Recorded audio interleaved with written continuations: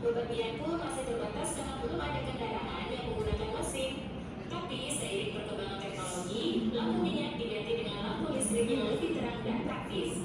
Bepergian pun menjadi lebih mudah dan cepat dengan adanya kendaraan bermesin seperti motor dan mobil.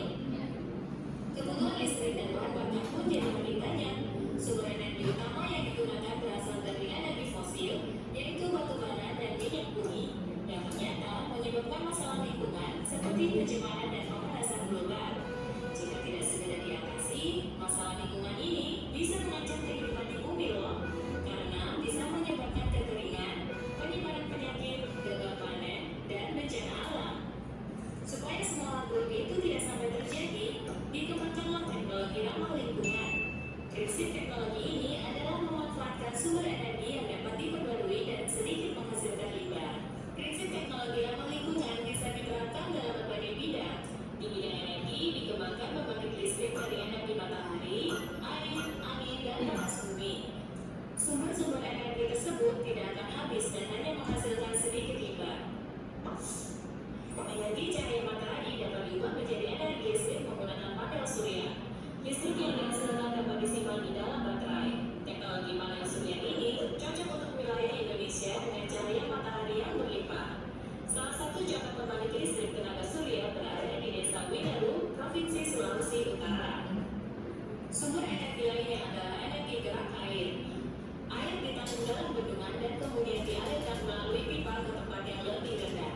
Gerak aliran air ini akan menyebabkan turbin dari generator berputar, sehingga dapat dihasilkan listrik.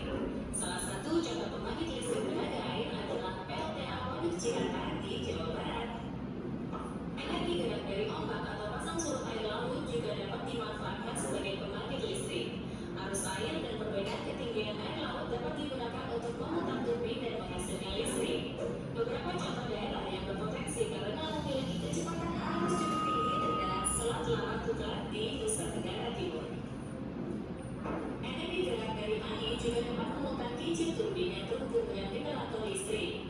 Salah satu contoh pembangkit listrik tenaga angin berada di Kabupaten Sigap, Sulawesi Tengah. Sumber energi lainnya adalah panas bumi atau geotermal. Indonesia memiliki sekitar 40% cadangan panas bumi dunia. Potensi yang besar ini harus dimanfaatkan sebaik mungkin. Prinsip kerjanya adalah dengan mengalirkan uap panas dari dalam bumi untuk menggerakkan turbin dari generator. Salah satu contoh pembangkit listrik tenaga panas bumi adalah PLTP Sabulan di Sumatera Utara. Bagian atau sisa lagi yang dikenal dengan sebutan biomasa. Ya. Sumber energi. Disimak dulu lagi dijelasin terakhir ya. Biomasa terdiri dari 3 jenis. Biogas berasal dari fermentasi pengolahan bahan dengan bantuan bakteri. Gas metana yang dihasilkan dapat digunakan untuk memasak. Bioetanol berasal dari pengolahan gula tanaman seperti jagung, gandum, dan ketan. Bioetanol digunakan sebagai pengganti bensin. Biodiesel berasal dari pengolahan minyak tanaman seperti sawit, kelapa, dan jarak. Biodiesel digunakan sebagai pengganti solar. Selain mengganti energi fosil dengan biomasa, teknologi ramah lingkungan di bidang transportasi juga mengganti bahan bakar minyak dengan listrik. Contohnya mobil listrik, mobil surya, dan mobil hidrogen. Perbedaan ketika mobil adalah pada sumber listriknya. Mobil listrik mendapatkan listrik langsung dari stasiun pengisian daya yang kemudian disimpan dalam baterai. Mobil surya mendapatkan listrik dari cahaya matahari yang ditangkap oleh panel surya. Sedangkan mobil hidrogen mendapatkan listrik dari proses elektrokimia gas hidrogen dalam sel bahan bakar. Teknologi ramah lingkungan di bidang industri adalah biomalting. Proses malting bertujuan untuk mendapatkan selulosa dari kayu yang akan digunakan sebagai bahan baku kertas. Pada biomalting, bahan kimia untuk mengekstrak selulosa diganti dengan jamur kapang, sehingga prosesnya lebih alami dan ramah lingkungan. Teknologi juga dikembangkan untuk menjaga kelestarian lingkungan secara langsung. Fitur remediasi bertujuan untuk menghilangkan atau mengurangi limbah berbahaya dengan menggunakan tanaman tertentu seperti eceng gondok dan hanjuang. Biopori digunakan untuk membantu penyerapan air hujan ke dalam tanah. Biopori dapat mencegah banjir saat musim hujan dan mencegah kekeringan saat musim kemarau. sederhana dapat menggunakan beberapa lapisan bahan seperti pasir, kerikil, batu, arang, hijau, atau sabut kelapa dan spons. Air akan melewati lapisan-lapisan tersebut dan tersaring, sehingga dihasilkan air bersih. Air laut dapat dimanfaatkan sebagai sumber air bersih dengan teknologi osmosis daring. Teknologi ini mengubah air laut menjadi air tawar. Prinsipnya dengan memberikan tekanan dari luar, air dari lautan yang pekat akan mengalir ke larutan yang encer. Air dari air laut akan mengalir dan lolos dari membran semi-permeable, sedangkan garam tidak bisa lolos dan terpisah dari air. Setelah belajar tentang teknologi ramah lingkungan, kita jadi tahu ya, kalau aktivitas sehari-hari kita ternyata banyak yang menyumbangkan kerusakan lingkungan. Karena kita tetap harus beraktivitas, kita bisa melakukan hal-hal yang mengurangi dampak kerusakan lingkungan. Contohnya menggunakan kendaraan umum atau sepeda, serta menghemat penggunaan listrik dan air. Kita juga bisa bersyukur karena sudah ada banyak teknologi ramah lingkungan dan mendukung penggunaan teknologi ini kalau memang ada di daerah sekitar. Sikap ini yang namanya berakhlak pada alam dan sesama manusia, salah satu profil belajar Pancasila. Yuk kita kembangkan.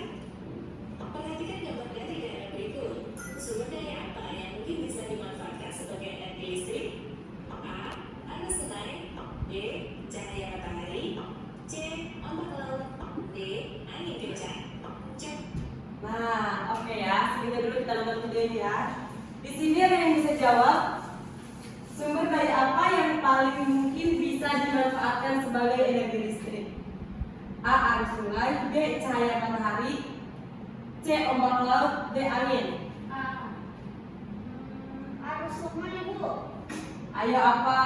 Angin kencang, Bu. Ayo apa? Aku. Apa? Arus sungai.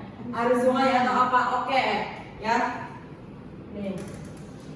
Coba tulis jawabanmu di kolom komentar ya. Jika kamu mau belajar lebih banyak soal teknologi ramah Ini bisa dipus ya?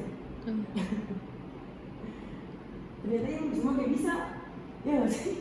Paling mungkin. Arus sungai nggak bisa.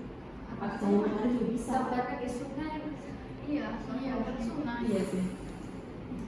Jadi apa, Bu? Oke, jadi untuk yang paling kuat di sini karena memang di sini juga dari arus sungai bisa digunakan untuk menjadi energi listrik, terus cahaya matahari juga bisa, ombak laut juga tadi bisa ya. Kemudian angin kencang juga bisa menjadi tenaga listrik, tenaga angin ya.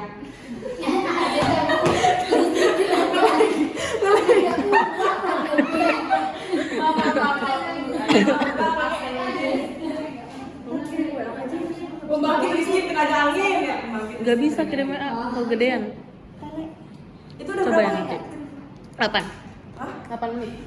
Berapa menit lagi? Udah 8 menit maksudnya. Kan tadi di pause kan 8 menit. Kan di pause di. Ulang lagi berarti ya? Gak usah, lanjutin aja nanti dipotong sama kamu. Oke, ya. Jadi di sini sebenarnya semuanya juga termasuk yang bisa dimanfaatkan sebagai sumber energi listrik. Yang dimana arus sungai bisa menjadi energi listrik, cahaya matahari juga bisa dengan tenaga surya, ombak laut juga bisa, kemudian angin juga bisa ya dengan pembangkit listrik tenaga angin. Nah, namun di sini karena gambarnya gambar sungai, berarti yang lebih condong ya jawabannya. Oke, betul. Arus sungai. Masa kaitannya dengan gambar, Bu? Iya, karena tadi menyimak videonya tidak? Menyimak sih, Bu. Menyimak ya. Kalau misalkan menyimak berarti bakalan tahu kenapa bisa dikaitkan dengan sungai, ya. Gitu.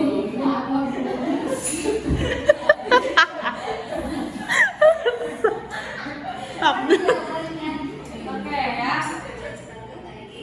Nah, kita segitu dulu videonya. Oke, kemudian pada pegel-pegel nggak?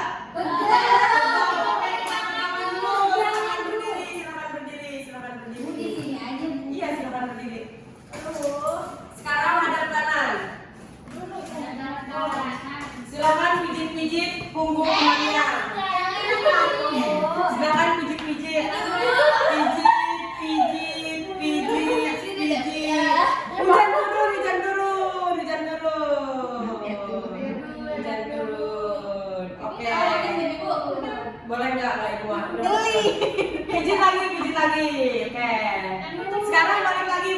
lagi. Ya, pijit lagi, pijit, halus-halus, pijit. Oke, sudah. Sekarang hujan turun.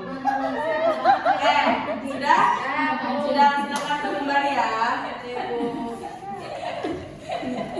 Oke, duduk kembali ya. Karena tadi sudah melakukan peregangan, berarti udah pada semangat lagi nih. Lagi. Sekarang kita akan melakukan percobaan ya. Kita melakukan percobaan dengan menggunakan lembar kerja peserta didik atau LKPD.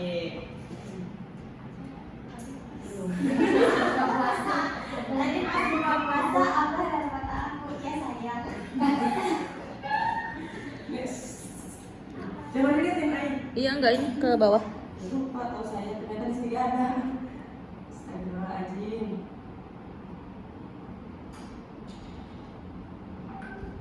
Aduh Abi.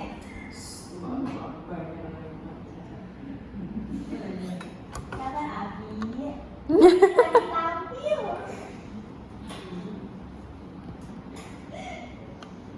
Nih. Ada kira aku yang pengen.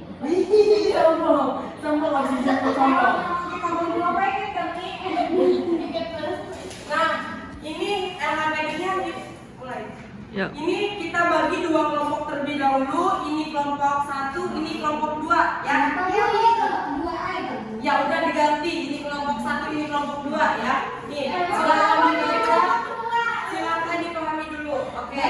Terima kasih Bu. Sekarang di sini ada alat dan bahan. Iya terus sepil. Silakan duduk ke bawah turun.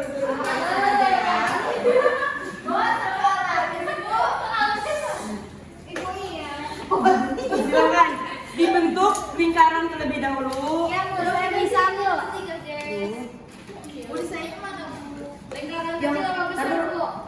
Yang disorot satu kelompok aja. Jadi yang di satu doang. Nah, silakan dibuka sesuai dengan petunjuknya ya. Ya Bu. Tuh, petunjuknya. Baca nih petunjuknya Lasmi. Eh, Masukkan kain kasa. Ambil botol yang telah dibagi dua nih, udah dibagi dua nih. Masukkan kain kasa atau kain lap atau spons nih. Dibuletin ya? Apa dihancurin? dibuletin. Yang besar, yang kecil Bu. Sesuai ini ya. Ya, udah terlanjur kecil.